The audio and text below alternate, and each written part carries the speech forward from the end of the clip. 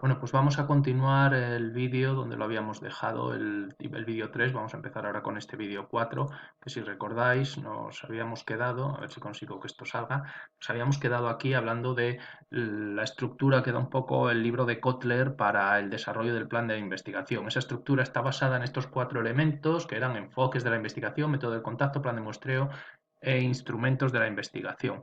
Bueno, el libro de Kotler para mí pone una estructura un poco confusa, vamos a decirlo así, ¿no? Pero bueno, más o menos yo es la que voy a seguir ya que es la que aparece en el vídeo. Entonces, el primer elemento a tener en cuenta cuando desarrollamos el plan de investigación es qué enfoque le vamos a dar a esta investigación.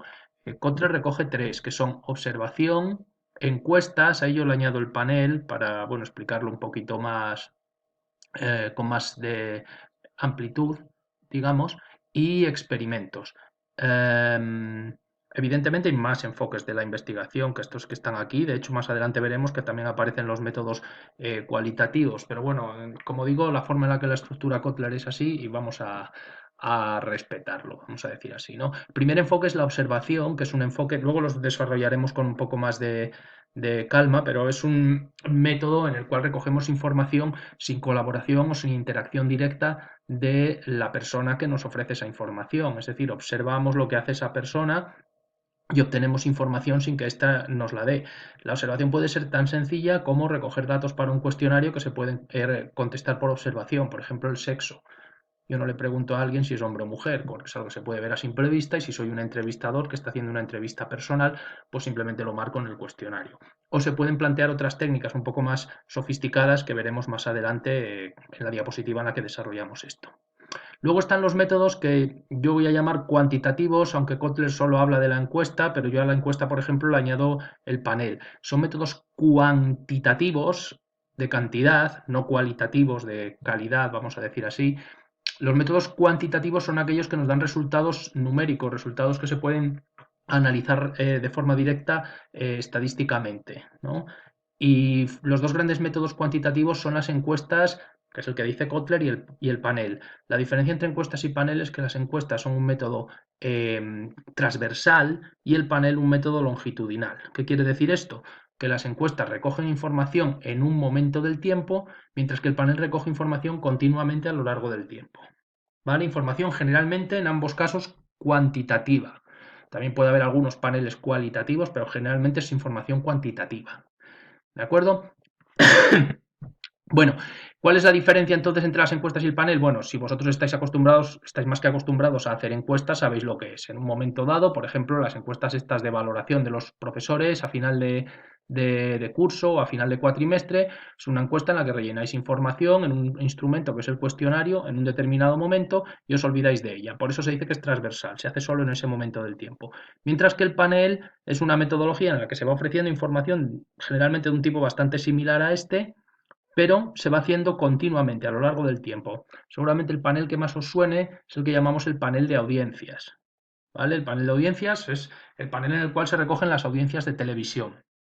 Este panel, al menos en su versión tradicional, porque últimamente con los nuevos dispositivos pues, se han introducido modificaciones, pero básicamente consiste en una muestra de hogares en España, son 4.000 y pico, creo recordar, que tienen instalado un dispositivo que se llama Audímetro, y ese dispositivo lo que hace es recoger los programas de televisión que se están viendo en esa televisión y qué miembros de la familia los están viendo.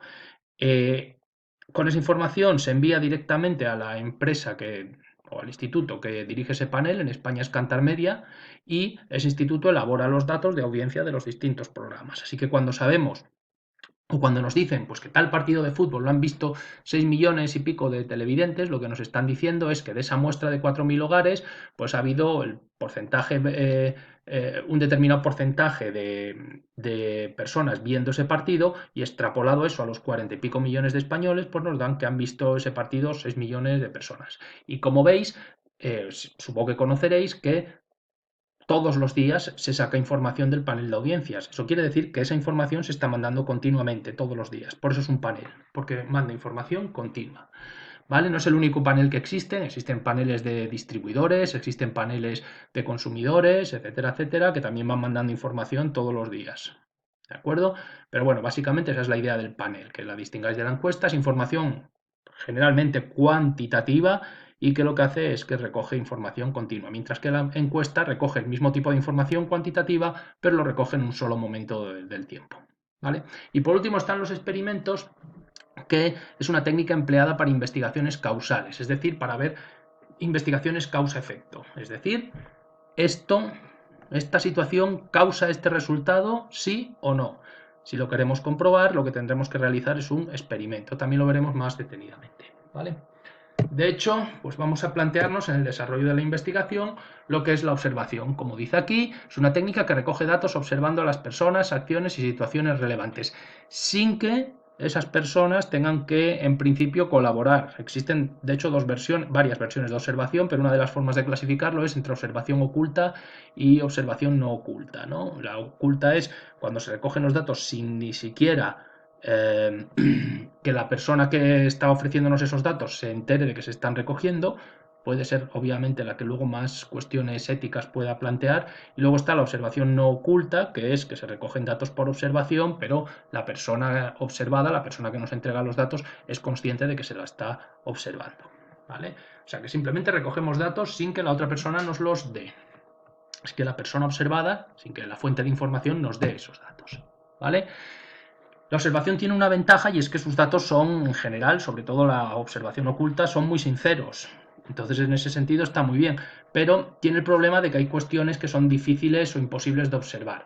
Cosas como sentimientos, actitudes, motivaciones, conducta privada que nos causaría problemas para observarlo, problemas éticos, y sobre todo los comportamientos poco frecuentes o a largo plazo, ya que tendríamos que estar observando durante un montón de tiempo para que esos comportamientos se dieran.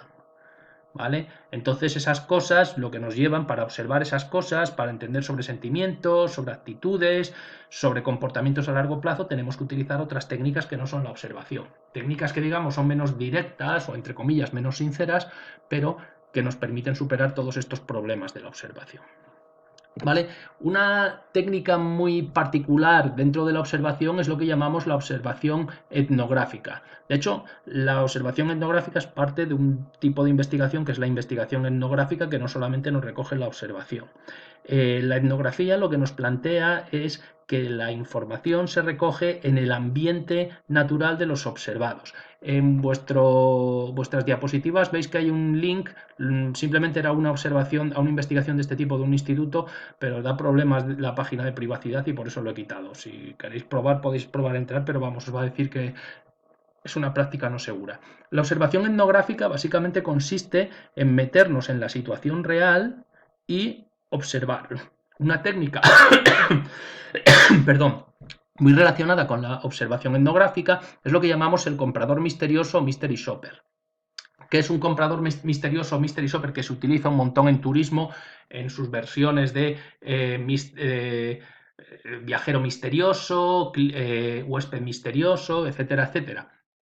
Pues es una persona contratada por la empresa, un instituto especializado, o bien una persona dentro de la empresa, pues que realice esa labor, uno de los jefes, etcétera, etcétera, que lo que hace es que entra se pone en el lugar de un cliente, y con eso, por ejemplo, lo que está observando, en este caso se utiliza muy habitualmente en el sector turístico para observar cómo es la atención al público.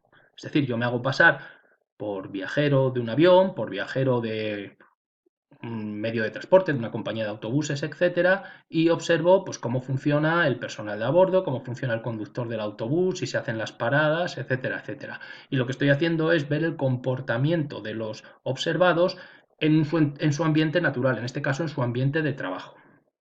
¿Vale? Eh, es un método muy útil y prácticamente el más útil para observar la atención al público, pero también es un método que tiene ciertos problemas. Es decir, nosotros no podemos utilizamos esto exclusivamente para obtener datos de cómo están trabajando, y además en general obtener esos datos para mejorar el rendimiento, es decir, para decirles a los observados, a nuestro personal, decir, pues esto lo estás haciendo mal, esto debería hacerse de esta otra manera, esto lo has hecho muy bien, etcétera, etcétera.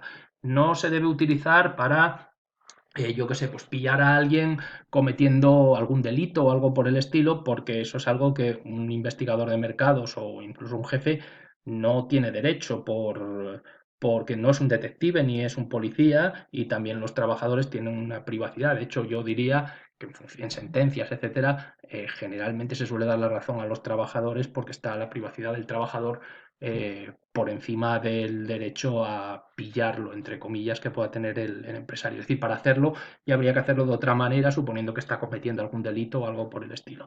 La investigación de mercados no se realiza para eso. ¿Vale? Realmente los datos estos se cogen o se plantean para pues mejorar la forma en la que se está trabajando. Como digo, es una técnica bastante habitual. No sé si algunos de vosotros trabajáis en tiendas o tenéis amigos que trabajan en tiendas. Muchas veces se hace, siempre les avisan, porque de hecho otra cosa que no he dicho aquí, pero que habría que decir del Mystery Shopper es que hay que avisarlo antes de realizarlo. Entonces muchas veces se les dice, oye, va a venir un Mystery Shopper para ver cómo estáis trabajando, etcétera, etcétera. ¿Vale? Hay que avisarlo desde un punto de vista ético, no es que haya ninguna ley que te obligue, pero un poco los estándares éticos que se plantean en el sector es que una investigación a través de Mystery Shopper se debe hacer con previo aviso. ¿Vale? Bueno, siguiente, desarrollo del plan de investigación. Siguiente elemento, las encuestas. Las encuestas es el método más utilizado y considerado el mejor método para recoger información descriptiva. ¿Qué es información descriptiva? La que nos describe el volumen de un fenómeno, es decir, información cuantitativa. ¿Cuántas personas están de acuerdo con esto? ¿Cuántas personas están en contra? ¿Cuántas personas hacen esto? ¿Cuántas están en contra?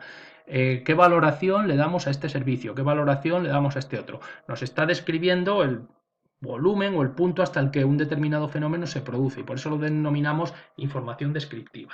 ¿Vale?